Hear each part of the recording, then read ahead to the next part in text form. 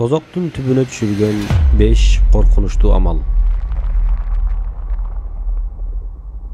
Бул дүйнөдө кылган ар бир ишибиз акыретте жоопко тартылат. Кээ бир амалдар бар, алар адамды Аллахтын каарына калтырып, тозоктун отуна жетелейт. Мына ошол 5 чоң күнөө. Бул видеону акырына чейин көрүңүз. Акырында тозокто түбөлүк калтырган амал айтылат.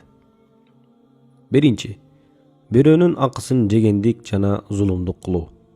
Пайгамбарыбыз саллаллаху алейхи ва саллям айткан: зулумдук кыямат күнү ээсин караңгылыкка калтырат.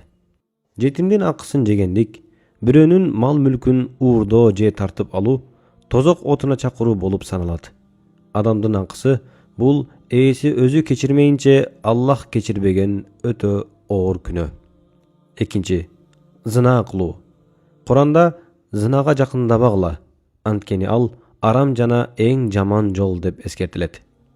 Бул күнөө үй бүлөлөрдү бузуп, адамдын абийирин төгөт. Зына кылгандар үчүн акыретте катуу азаптар убада кылынган. Бул жолдон алыс болуу ыймандын белгиси. Үчүнчү, текебердик жана менменсинүү. Пайгамбарыбыз саллаллаху алейхи ва саллям айткан: жүрөгүндө кымындай текебердиги бар адам бейишке кирбейт. Өзүн башкалардан өйдө көрүү, адамдарды кемсинтүү шайтандын эң биринчи кылган күнөөсү. Текебер адам акыйкатты көрө албайт жана Аллахтын мээриминен алыс болот. Төртүнчү, намазды таштоо.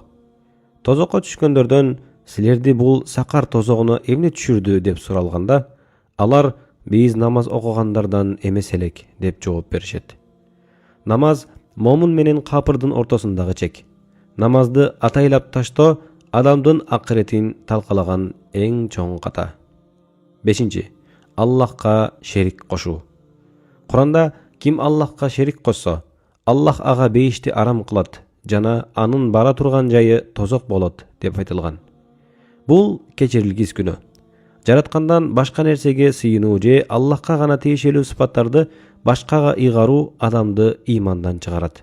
Кымбаттуу бир тууганым, бул күнөөлөр адамдын эки дүйнөсүн тең талкалайт. Бирок Аллахтын кечирими чексиз. Эгер ката кетирген болсок, азыр тобо кылууга убакыт бар. Келиңиздер, жамандыктан качып, бейишке алып баруучу жолду тандайлы. Бул видеону жакындарыңызга эскертүү иретинде жөнөтүңүз. Аллах барыбызды тозок отунан сактасын.